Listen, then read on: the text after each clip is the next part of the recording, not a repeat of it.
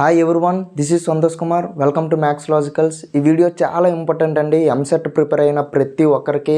ఎందుకంటే మనకున్న 3 సబ్జెక్ట్ నుంచి ఫిజికల్ సైన్స్, అలాగే మ్యాథమెటిక్స్, అలాగే కెమిస్ట్రీ నుంచి ఏ చాప్టర్ నుంచి ఏ క్వశ్చన్స్ అయితే వస్తున్నాయో మనం ఇప్పుడు డిస్కస్ చేయబోతున్నాం. కాబట్టి ప్రతి ఒక్కరు ప్రిపేర్ అయిన ప్రతి ఒక్కరికి ఇది చాలా చాలా చాలా చాలా ఇంపార్టెంట్ అండి.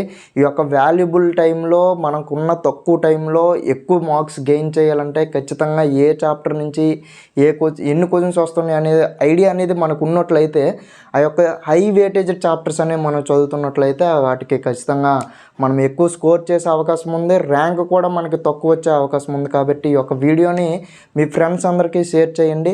అయితే మనం వీడియోలోకి వెళ్ళిపోయినట్లయితే ఇప్పుడు మనం ఫిజికల్ సైన్స్ యొక్క వేటేజ్ అనేది చూద్దామండి.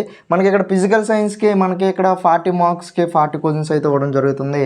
మనకి ఇక్కడ నెగిటివ్ మార్క్స్ ఉండవు కాబట్టి చీట్ కోడ్స్ అనేవి ఏ విధంగా మీరు యూజ్ చేయాలి, మీకు తెలిసిన క్వశ్చన్స్ అన్నిటికి ఆన్సర్ చేసిన తర్వాత తెలియలేని క్వశ్చన్స్కి ఏ విధంగా మీరు ఆన్సర్ చేయాలనేది మీకు తెలియకపోతే ఈ యొక్క వీడియో అనేది మనం ఆల్రెడీ చేయడం జరిగింది. మీరు ఒకసారి పీవైక్యూస్తో పాటు ఈ యొక్క చీట్ కోడ్స్ కూడా ఒకసారి ఎగ్జామ్కి వెళ్ళే ముందు ఒక్కసారి చూడండి, మీకు ఒక ఐడియా అనేది వస్తుంది. అలాగే మనకి ఇక్కడ యూనిట్స్ ఫిజిక్స్ ఫస్ట్ చాప్టర్ ఏంటంటే యూనిట్స్ మెజర్మెంట్స్ నుంచి ఒక క్వశ్చన్ అయితే ఇవ్వడం జరుగుతుందండి.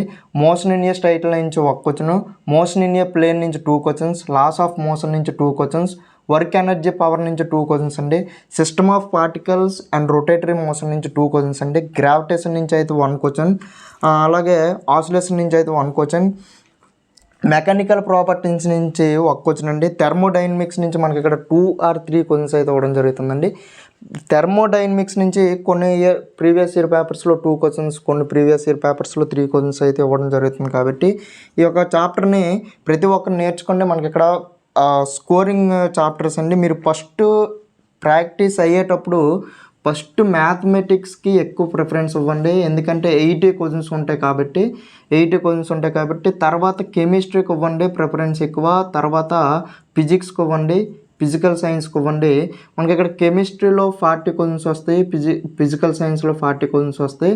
మనకి ఎక్కువగా ఏంటంటే మనకి ఇక్కడ కెమిస్ట్రీ అనేది చాలా ఈజీగా ఉండుద్దండి ఫిజిక్స్తో కంపేర్ చేస్తే, ఫిజికల్ సైన్స్తో కంపేర్ చేస్తే. ఐపీయూ పరంగా కెమిస్ట్రీ అనేది చాలా కష్టంగా ఉండుద్ది. కాకపోతే మనకి ఇక్కడ ఎంసెట్కి వచ్చేసరికి మాత్రం కెమిస్ట్రీ కొంచెం ఈజీగా ఉండుద్ది.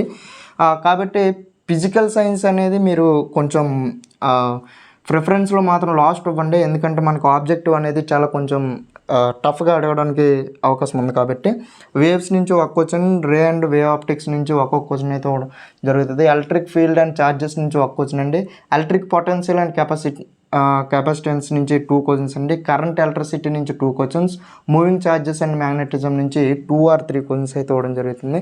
ఇంకా మనకి ఫిజికల్ సైన్స్లో మిగిలిపోయిన చాప్టర్స్లో కూడా 1 or క్వశ్చన్స్ ఇవ్వడం జరుగుతుంది.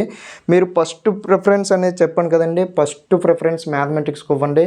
మ్యాథమెటిక్స్లో హై వేటేజ్ చాప్టర్స్కి మీరు ఎక్కువగా చేయడానికి ప్రిఫర్ చేయండి.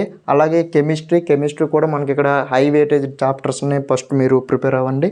అలా ఫిజికల్ సైన్స్ తర్వాత మీరు ప్రిపేర్ అవ్వండి. ఈ యొక్క ఆర్డర్ ఫాలో అవ్వండి, మీరు ఖచ్చితంగా మంచి ర్యాంక్ అయితే రావడానికి అవకాశం ఉంది. Thank you for watching this video. Thank you to all.